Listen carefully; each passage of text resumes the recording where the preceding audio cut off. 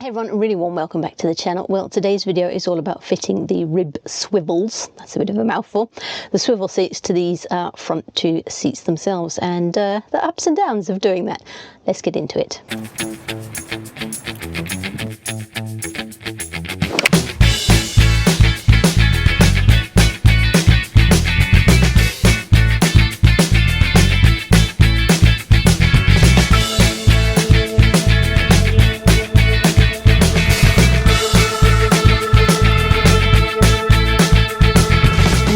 We have here a pair of extraordinarily heavy boxes. I think this is going to be a two-person job again, so let me make sure the van is prepared for my dear husband, and then we'll get started with the project. Okay, secret weapon deployed, and it's blinking freezing out here, but these seat swivels are clogging up the hallway, and I've just stubbed my toe on one of them, so they need to be fitted. I've enticed Mike out of the lovely warm house with some coffee. It's working so far. And it definitely looks like it's going to be a much easier job with two sets of hands. Mind you, he's got the far nicer socket set and drill driver, so I may be on camera duty today.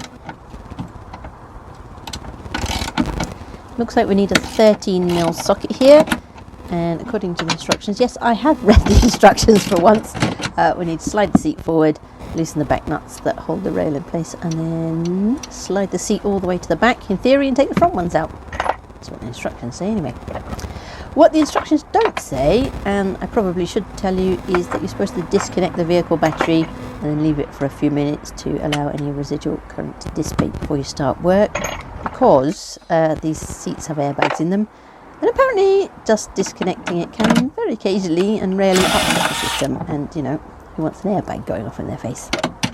And as you can see here, there's a massive spaghetti of cables under this passenger seat. I thought it looked bad when I looked in from the front, but my goodness, it really is bad here.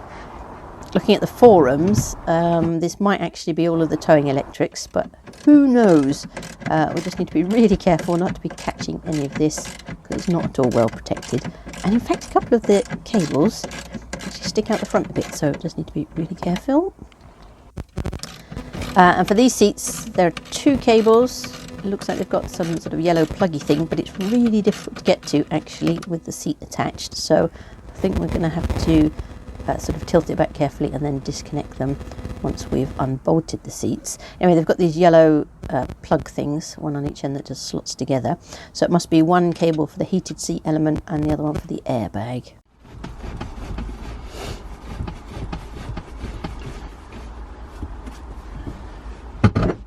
Whoa, no chair.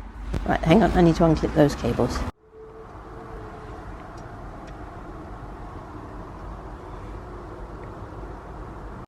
Ooh, sorry, just noticed the state of the floor in the camera lens. Doesn't look that bad in real life, honestly.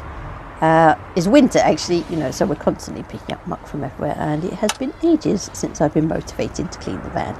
Right, so here on the front are the bolts sticking up out of the base. So they're built into the base box itself, and then on the rear it's just a set of threaded holes, and some of the bolts we need to reuse, and some of the nuts and so on, and then there are some new ones as well that come in the pack. I opted for the riser bar for the passenger side. That's an optional extra, and I thought we would need that because I wanted to bring the two seats level with each other when they're in the sort of up or down position. Plus, I might put a leisure battery in here at some point, and because this is the Caravelle, not the van, I have a sneaking suspicion that the plastic trim at the sides of the seat itself might be taller than the van version. I'm not sure, but for the sake of just ordering that extra riser bar, I thought we would be able to get away with any chance of the thing rubbing. So not on the front, in between the spacer bars, a little slot there to put it in, so it's a little bit fiddly to get it in the right place and to get the thing done up, but not inconceivable. And obviously these bars have a front and a back, and then once the spacer is in place, then the swivel itself can fit. The driver's one is welded on because the spacer is built into that one, allegedly, so this seat can clear the handbrake, but I guess we'll find out about that in a minute.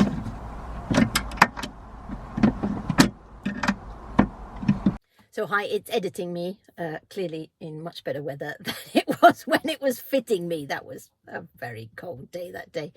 Anyway, I thought it might be useful just to say why I didn't go for VW's own swivels.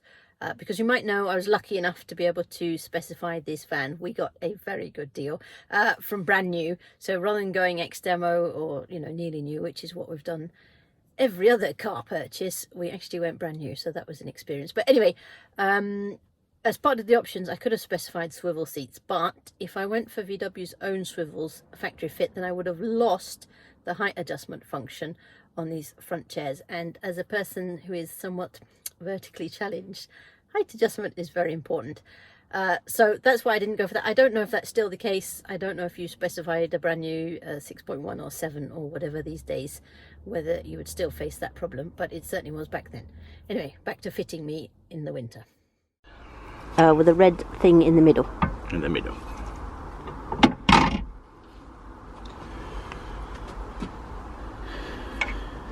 Does this press down? I'm not sure. Rotating the swivel a little bit means that you can get to the mounting holes pretty easily.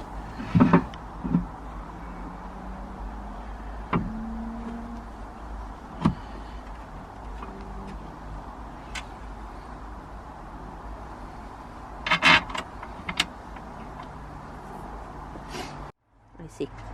Alright then, double check the instructions for which nuts or bolts go where. All seems pretty well laid out, you know. Very simple compared to a Lego set or something like that.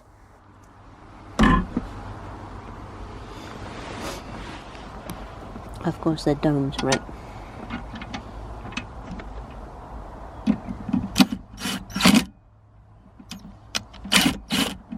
Okay, we should tighten the bottom first. Yeah.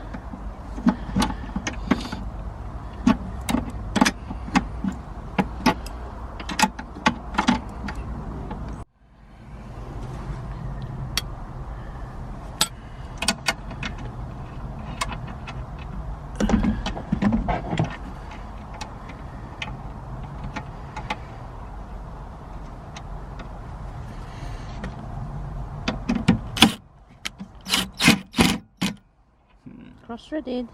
It is not. Oh. There is a screw sticking through.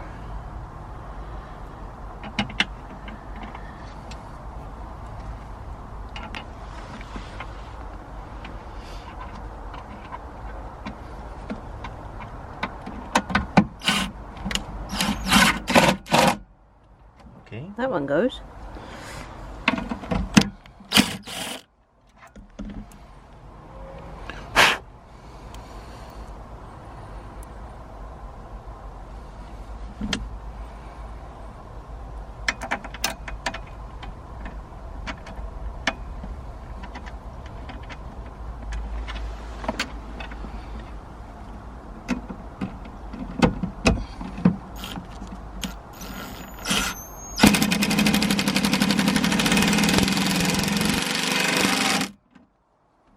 Down.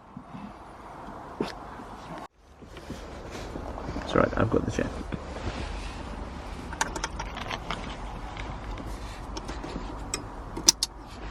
Right, then we can get the actual chair back on. That wasn't too bad at all. Of course, remember to reconnect the electrics the correct way round.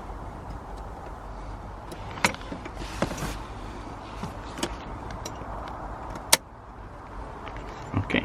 Fire up. Mm-hmm. It's a 5mm Allen. That's it. And a 13mm socket. Is that right? Yeah. Then it's reverse order to get the seat back on, so the front first, and then the rear, and then of course the plate needs to be slightly swiveled, as I said, to be able to actually access those holes. Do the other one first.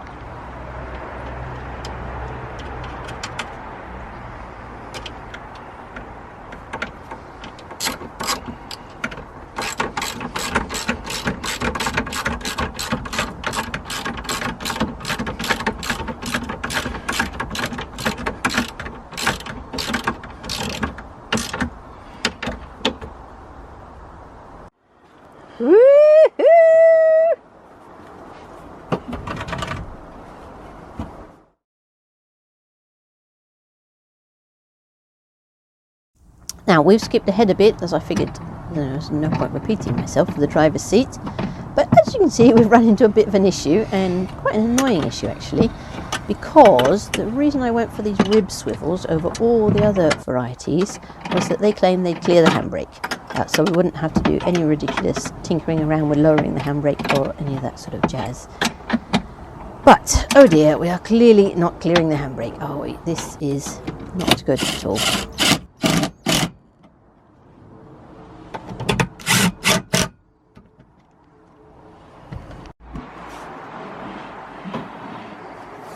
Knacker it. I'll probably run a file along here and take all the sharpies off. Yeah, so annoying for the sake of a mill.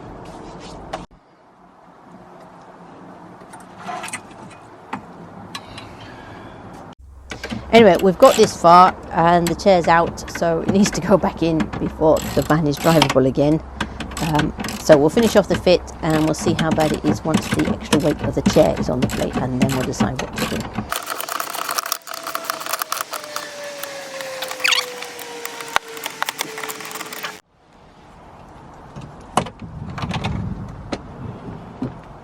Now it's catching it constantly.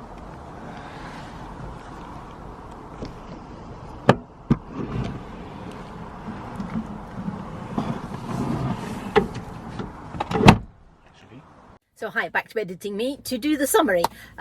So what was for you a few seconds ago was months ago for us. So I can now give a decent review of the seat bases itself and bring you completely up to date with the what happened next. Well, having found that problem with the handbrake catching very significantly on the bottom of the driver's seat, I emailed the supplier, and to give them their due, they were excellent. You know, straight away said, no problem at all, we'll refund them, even to the extent of paying the postage back for them, and they were heavy things, so they agreed to do all of that lot.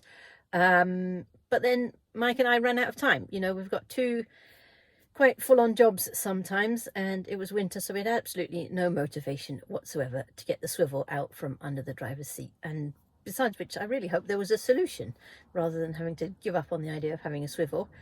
So that didn't happen. So the swivel has been under this seat ever since, and we've been not using it, but it's been under the seat, so at least I can give a review on that. Anyway, nowadays I was just checking back on the website from the supplier to just check some details while I was making this video, and I see they've put a very, very helpful fitting video up there, so that looks great. You know, really clear instructions, which is super. They also now make reference to needing to trim off some of the plastic trim if, as you're trying to raise and lower the seat, your plastic trim on your seat is catching. So that's now out in the open and obvious for anybody that's buying one of these things. So we still need to do that because it is a bit of a pain, actually. The position I get my seat in is far enough forward that I can drop the seat as low as I need it to be for my vertical challenge legs, but only just. Mike, though, wants to sit still fairly low down, but much further back because of the way he likes to drive. It's practically like lying down, I'm sure, but he can't do that in this van, so we do need to trim that plastic off to be able to make it fully adjustable. The supplier also on their website makes reference to the fact that some vans will not clear the handbrake, and clearly my Caravelle is one of them. It may be that because we've got a thicker floor and perhaps they fit the handbrake after they've put all the carpeting in or something, maybe because of that it just means our handbrake is much higher compared to our seat box. I don't know. So they sell this leather look, leatherette replacement handbrake cover that you can buy nowadays, although the reviews on it are not very good at all. So I will look for something a bit different, I think. So that's the so what. In terms of using it, it's been under the seat base, as I said, ever since we fitted it. We've not actually rotated this driver's seat at all because I didn't want to mar or break the plastic any more than it was already during the fitting, so it stayed facing the front. We have spun the passenger seat loads and loads. Every time we use it for camping, one of us sleeps in the van, then I spin this passenger seat around and we move it back, and that's brilliant because actually it fits my little legs. I can sit on the seat and put my feet on the bed and read a book. It's very relaxing. So that one works really well. We've used that one loads to open up the space. When we're camping, this driver's seat I push as far forward as possible right the way into the steering wheel, and then I tilt the back forward, and it's practically as if it's not there. So actually I think it probably opens the space up at least as much as if we were using it spun round. In terms of rattling, the seat does move a little bit more than it otherwise would, but it's not too bad actually for the fact it's just two pieces of metal. I'm pretty happy with it. It seems to have bedded in well, and I'm not getting too many rattles and squeaks out of it. Occasionally you get the odd one, but it's not too bad, so I'm pretty happy with that. I think the lever on the side is a bit of a pain, given that you have to trim the side trim, but the whole point of me going for these rib seats in the first place was because I didn't have to fiddle with the handbrake. You know, it was the entire motivation, just one less thing to have to deal with. And as a brand new van under warranty, who wants to be fiddling with the handbrake? Yeah, not me. So, you know, if you want to avoid having to trim plastic and worry about the handbrake cover and so on, then you probably need to go for one of those ones with a lever at the front. But some of them do not review very well in terms of, you know, clanking and wiggling as they're going along. So be mindful of that, and also be mindful that if you are going to go for one of those, then you'll definitely have to drop the handbrake. So there's a bit of fiddling involved in that, and it depends on your technical competence, and a little bit confidence, but more competence, whether you're capable of doing that. Anyway, so some teething issues. So balance with, they feel very good, balance with a few teething issues that make them slightly annoying, but I don't know that there's any better product out there. Not ideal, could be wonderful, nobody's quite got there yet. So I guess one other difficulty with this swivel base compared to the ones with the lever at the front that you absolutely must drop the handbrake for, that you need to fit a handbrake lowering kit, is that as a very short person, so I'm 5'1", if that, maybe 5'2" on a good day, I don't know, anyway, that sort of height. So the problem with this seat base is because obviously it's got those extra riser bars in on the driver's seat, that brings you up, well, I guess the spacer bar is what, 1.5 centimeters, 2, and then you've got the actual swivel mechanism, so it brings the whole seat up about 5 centimeters or so. Now obviously you can pump that back down, and so pumping the seat down with the swivel in place probably gets it to a similar height near the top of the range when there was no swivel in place. But obviously bringing it up that much further is really awkward if you're short, because you can't reach the little pedals anymore. So even if you've got the seat really far forward, it can be really difficult. So I've gone from having my foot on a sort of nice angle like that, where your heel's on the carpet, to, before I started fiddling with things, you know, my foot was like this. I had sort of foot floating in midair, and that is not conducive to comfortable driving or good driving either.